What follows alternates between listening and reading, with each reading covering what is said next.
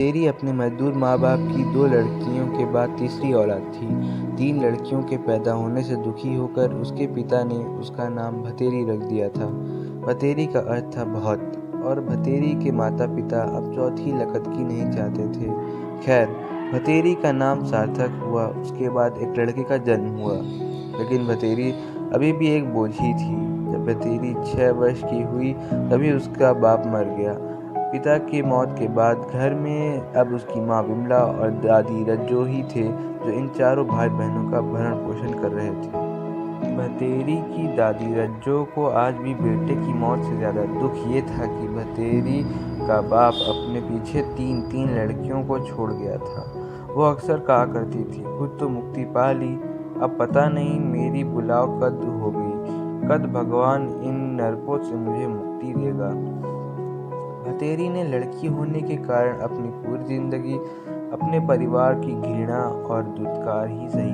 पति की मौत के बाद भतेरी की माँ विमला भी भाव शून्य हो गई थी। उसे भी अपनी तीनों बेटियां जिम्मेवारी नहीं, बोझ ही दिखाई देती थी। जब भतेरी 12 वर्ष की हुई तो उसे ब्लड कैंसर हो गया। डॉक्टर ने बताया कि काफ़ी रुपया भी लगेगा और परिवार में से ही किसी को अपना मेरूरज्जा देना पड़ेगा। डॉक्टर ने साफ कहा था कि देने वालों की जान को कोई खतरा नहीं होगा।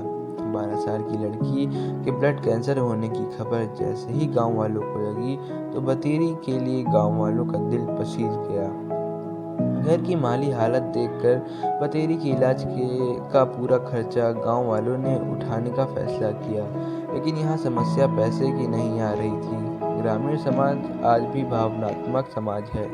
कई व्यक्ति थे जो भतेरी के इलाज के लिए खर्च करने को तैयार थे, लेकिन इस बोझ के लिए परिवार में कोई भी मज्जा देने को तैयार नहीं था। अपनी बीमारी से घुटती भतेरी आज मर चुकी थी। घर पर काफी लोग जमा थे।